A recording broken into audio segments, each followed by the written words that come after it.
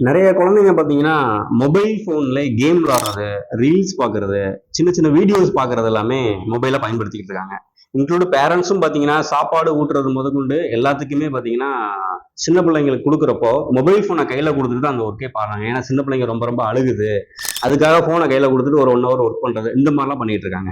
அந்த மாதிரி நீங்கள் பண்ணுறப்போ இந்த குழந்தைங்களுக்கு என்ன ஆகுது அப்படின்னு பார்த்தீங்கன்னா கண் பார்வை வந்து ரொம்ப குறையுதுன்ற மாதிரி ரிசர்ச்ல சொல்றாங்க. எக்ஸாம்பிள், நம்ம ஒரு டிவி பார்க்குறோம், இல்லை ஒரு சில விஷயங்கள் பண்றோம், இல்லை காமனா நம்ம ஒர்க் பண்றோம், படிக்கிறோம் அப்படின்னா நம்ம இமை நம்மளை அறியாமலே கண்ணை மூடி மூடி தன்னால முழிக்குதுங்க.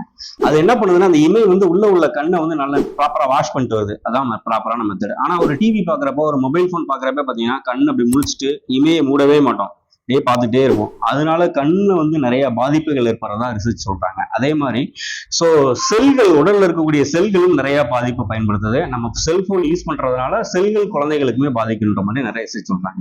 ஸோ அந்த மாதிரி ஒரு குழந்தைகள் வந்து எனக்கு வேற வழி இல்லை சார், பிள்ளைகளுக்கு நான் மொபைல் போன் கொடுத்துதான் ஆகணும், ரொம்ப அடம்பிடிக்கிறாங்க அப்படின்னா ஒரு சின்ன டிப்ஸ் என்னன்னா, பிரைட்னஸ் இருக்கு இல்லையா, அதை 40% கீழே கம்மியா வச்சு கொஞ்சம் கொடுங்க.